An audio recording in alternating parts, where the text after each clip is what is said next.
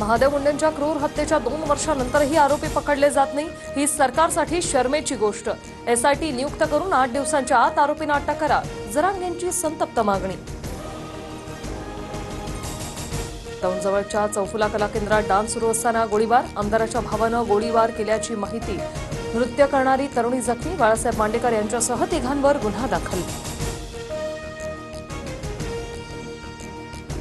दौंडमधील गोळीबार प्रकरणात सत्ताधारी आमदार असल्याने पोलिसांकडून प्रकरण डांबण्याचा प्रयत्न।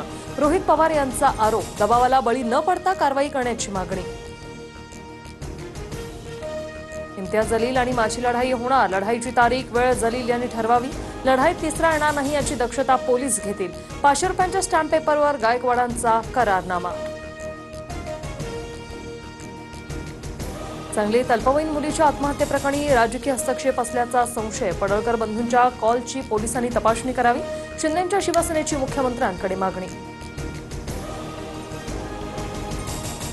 कोणी मला मारलं तर मी लगेच मराठी बोलू शकणार आहे का? राज्यपालांच्या विधानानं वादाची शक्यता। राज्यपालांनी राजकीय वक्तव्य करणं योग्य नाही, आदित्य ठाकरे यांची प्रतिक्रिया।